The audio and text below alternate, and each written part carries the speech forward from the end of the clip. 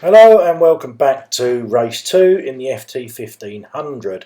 Again, we're joined in the studio here with another commentator, so let's see how this goes. I believe we're at Catalunya, Barcelona.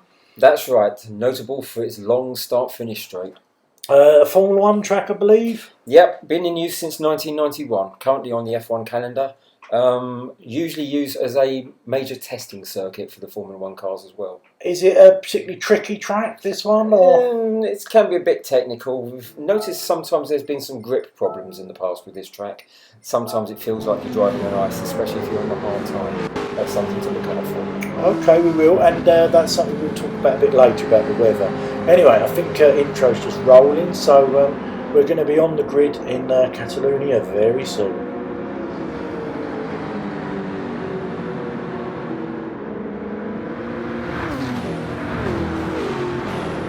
So here we are then, Tepic in first place, lights about to go out.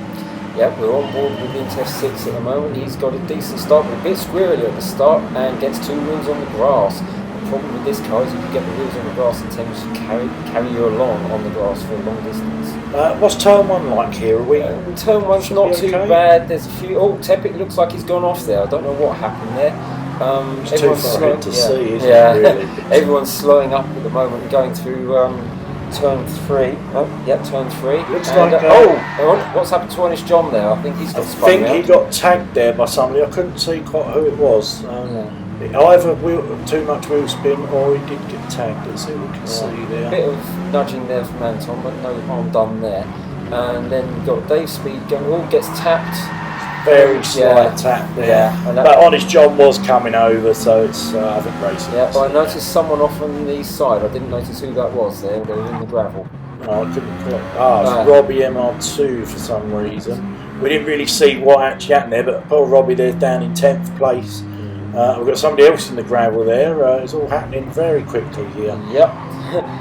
We're into turn 5 and already I thought there wasn't going to be that much of a problem on this track, but it wasn't turn 1 the collision, was it? It was just a bit. It followed on from that. Yeah. But Tepic there sitting on pole. He's in first place. He's on the racing softs, so we expect him to be quick at this point in the race.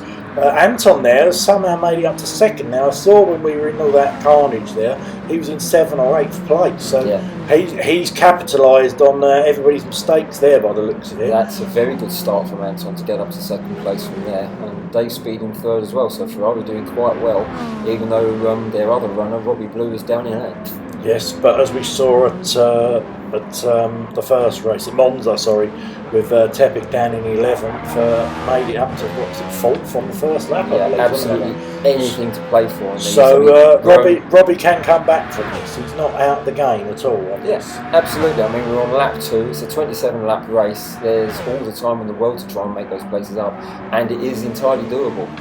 And as we can see there, actually Anton's on the soft tyre, so both Tepic and Anton start on the soft tyre. We've skipped on here to lap 7, I believe, just to get to the first pit stops here. If you look at Tepic's tyres, very badly worn on the left-hand side there. Yeah, it'd be interesting to see if Anton follows Tepic into the pits there. I would imagine he will. I mean, you'd be mad to stay out. Yeah, absolutely. I mean, with the tyre wear like that, no, Anton stays out. He's staying out. Well, that's a bold call. I mean, look at his left rear tyre. That's almost down to nothing. But he's trying to get the overcut maybe here. He thinks it might work. I don't think the overcut works here. I think the undercut is stronger.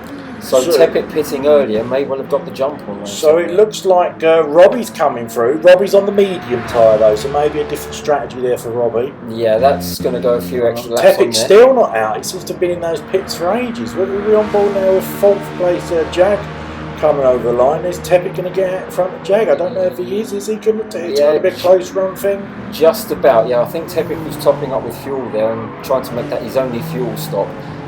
Fuel was quite good on this circuit, and I don't think he's going to need to make another fuel stop. But that's played into Tepic's hands there, really, because if he'd have come out behind Jag obviously hasn't stopped yet. We don't know what his strategy is, but obviously he hasn't stopped. And when you come out the pitch, you don't, on your fresh tyres, the last thing you want is to be stuck in traffic. I mean, that's terrible, isn't it? Yeah, that is not a good thing to do. However, in this instance, we've got their 2 teammates. Jag's not stupid. He'd know that Tepic would be on the faster tyre and would probably have let him go. Yeah, too true. I didn't realise that. While we're talking of that team quickly, I can obviously see a red and white McLaren and a yellow and white McLaren. What's that all about? Why is Tepic running a different livery for this race? I think that was a tribute livery to the 1986 Portuguese Grand Prix, this circuit being the nearest one that we do to Portugal here. I'll just have to break off there for a minute because Anton's now pitting. He stayed at a lap there. And his rear tyre it's absolutely down to the canvas. Has that helped him though? And Robbie's followed him in as well.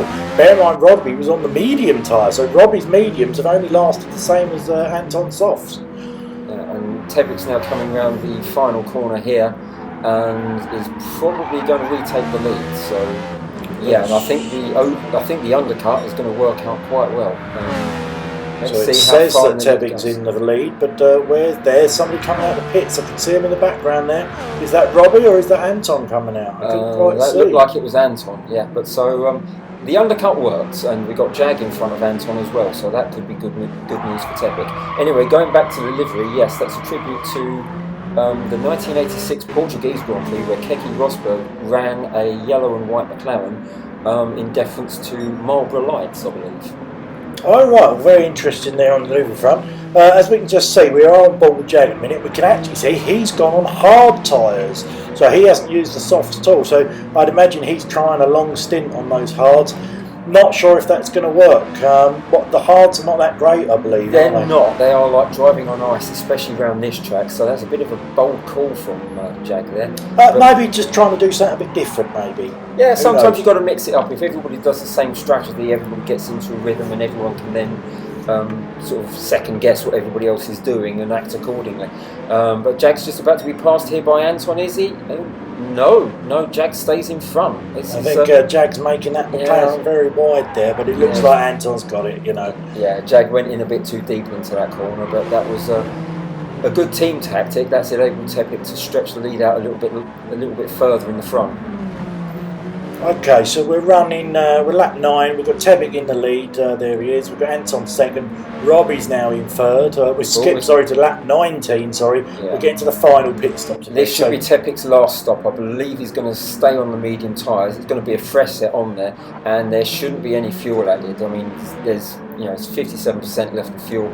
That's more than enough to last till the end of the race. How far is Anton away? So Tepic, there's his pit crew waiting. Just cut away, so Anton there's coming up to the last turn. He's in the second to last corner. He's just approaching the last turn now as Tepic gets his tyre changed. So fingers crossed for Tepic. He might just get out in front. I don't know. It's going to be a close call. And obviously Anton's going to be at full speed down this start from the track. Can we see the pit? There's Tepic coming out now. Yeah. Seemed a long pit stop though. I don't know what happened there. I think there was a miscommunication with the pit crew, but they fueled Tepic up to, they brimmed the tank. That's going to be bad news because now he's going to be having the extra weight of the fuel on board, which is going to compromise the handling. Anton, you can just see, is just under half a tank. Yeah, it's slowing Tepic right up. You've got Anton all over the back of him. And that will affect the tyre wear as well with that. Yeah, tyre wear, extra weight is going to cause a problem with the tyre wear. So yeah, the problem with the heavy fuel load is that means you've got to brake earlier into the corners as well. You can't go as deep. It affects the handling of the car as you're going in through the corners, and look at the amount of speed that Anton's been able to take through there. I think he's going to be closing up in the back of Tepic pretty soon. Although Tepic's doing a good job of trying to keep ahead, but I'm sure that fuel load is going to compromise. He is, but if you look at Anton's fuel there, it's below half a tank, and we believe Tepic's got a full tank, so quite a lot more weight to carry. Yeah, that's going to throw the weight distribution of the car all out of kilter. And presumably wear the tyres quicker. Yeah, as well as that, because he's got more weight to carry around. Well, Anton's gone wide there and onto the marbles. And that's going to help Tepic a bit. We've got 7 laps left. I mean, that's a big ask to get Tepic to hold on that long. It should be doable. It's just whether he can cope with the handling of the car. I mean, it's looking a bit... I don't think he's happy with it at the moment. He puts a wheel on the grass there and Anton follows suit. That's something that's quite easy to do in this game. Actually in racing in real life. If you're focusing on the car in front. If you see the car in front go off, it's more than likely you can follow them off as well if you're not concentrating hard enough. Obviously this is a game, supposed to be a simulator. you know, do you think the you know, the fuel weight, does it really make that much difference? Oh yes, I'd imagine the Tepic is sweating buckets here at the moment because he's got Anton right over the back, and you see Tepic, has just slid wide on the exit of turn 4, and Anton went for a move there as well in the way, but he did move out the way in the end. Yes, very, very close now. Do my eyes deceive me, or is it getting cloudier? Well, again, this is the weather, which again is very good in this game. I mean, presumably, does that affect the track? You know, track temperatures, things like that. And there's no gauge for that. Is it all? We've got a very close run here. So, look at how overcast it's suddenly become. Yes, it does affect the temperature on the track. It cools the temperature down, and of course that will cause the tyres.